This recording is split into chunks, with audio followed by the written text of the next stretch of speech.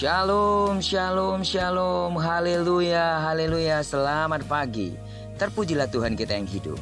Hari ini kita patut bersyukur karena dalam anugerahnya Dia telah memberikan kita satu hari lagi, tepat di hari Rabu tanggal 7 Juli tahun 2021.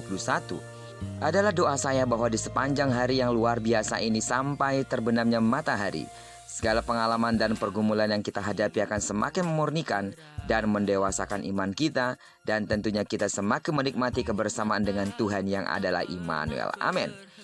Saat ini sebelum kita lebih jauh melakukan aktivitas sepanjang hari ini, marilah kita sama-sama kembali meneduhkan hati kita untuk merenungkan firman Tuhan yang akan menjadi pedoman dan pelita hidup kita dalam menjalani hari ini. Perenungan hari ini kita akan tetap ambil dari pembacaan 34 hari bersama Kitab Ulangan. Hari ini kita telah memasuki hari yang keempat, maka kita akan membaca Kitab Ulangan pasal yang keempat ayat pertama sampai dengan ayat yang ke-49. Doa saya adalah kesetiaan saudara dalam mengikuti pembacaan satu hari satu pasal ini akan membuat Anda semakin berakar, bertumbuh dan kuat di dalam Tuhan. Baiklah, sebagai pengantar renungan kita hari ini saya akan coba bacakan untuk kita ayatnya yang ke-30. Apabila engkau dalam keadaan terdesak dan segala hal ini menimpa engkau di kemudian hari, maka engkau akan kembali kepada Tuhan Allahmu dan mendengarkan suaranya.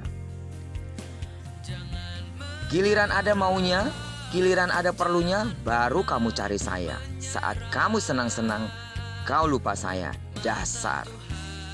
Pasti ungkapan itu sangat familiar dengan kita. Dan doa saya, saudara bukanlah orang yang demikian. Amin. Masalah, kesukaran, penderitaan, dan hal-hal buruk yang terjadi dalam kehidupan kita, Tuhan mengetahuinya. Timbul pertanyaan, kalau Tuhan sudah mengetahuinya, mengapa Dia membiarkan hal itu terjadi? Ketahuilah, Tuhan punya rencana di balik masalah yang kita alami. Jika setiap permasalahan Tuhan singkirkan, maka iman kita tidak akan pernah bertumbuh. Jika setiap permasalahan Tuhan singkirkan, kita tidak akan dapat belajar untuk berharap dan bergantung sepenuhnya kepada Tuhan. Oleh karenanya, Tuhan mengajar kita untuk berharap dan bersandar kepadanya, serta mendekatkan diri kita kepadanya, di mana salah satu cara yang Tuhan pakai adalah melalui masalah, pergumulan, dan kesukaran yang kita alami. Saat keadaan baik-baik saja, tanpa masalah, kita sering merasa tak membutuhkan Tuhan.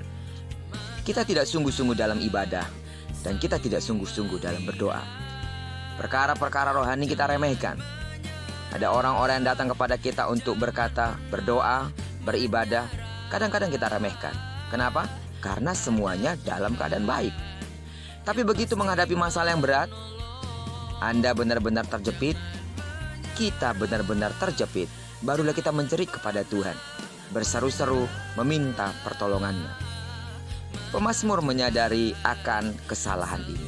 Itu sebabnya dia berkata, sebelum aku tertindas, aku menyimpang, tetapi sekarang aku berpegang pada janjimu, bahwa aku tertindas itu baik bagiku, supaya aku belajar ketetapan-ketetapanmu. Mazmur 119 ayat 67 dan 71. Ketika semua berjalan dengan baik, banyak orang melupakan dan meninggalkan Tuhan, lebih mengasihi dunia dan segala berhalanya. Begitu krisis melanda, ada sakit penyakit, ada berita-berita duka, orang-orang yang kita kasihi, orang-orang yang kita cintai dipanggil oleh Tuhan. Orang-orang yang kita kasihi, istri kita, suami kita, menderita sakit yang parah. Mereka berada dalam kondisi-kondisi yang sulit. Dokter sudah mengangkat tangan. Barulah orang-orang itu teringat kepada Tuhan dan mencari wajahnya. Saudara ketahuilah, inilah yang dilakukan oleh bangsa Israel. Saat keadaan baik dan nyaman, mereka melupakan Tuhan, meremehkan peringatannya, dan berpaling kepada ilah lain. Sidang jemaat Tuhan, saudara yang kekasih di dalam nama Tuhan Yesus, mungkinkah saat ini engkau sedang dalam pergumulan yang berat? Mungkinkah engkau saat ini dalam keadaan terjepit? Persilahkan Tuhan bicara kepada dirimu. Mungkinkah Tuhan sedang bicara keras dengan menegur kita, mengizinkan persoalan itu terjadi? Berbaliklah dan kembalilah kepada Tuhan. Atau mungkin jika kita telah sungguh-sungguh mengerti, kita sedang melakukan firman Tuhan, namun persoalan datang silih berganti, percayalah bahwa di sana Tuhan ingin memurnikan iman kita lebih lagi dan lebih lagi.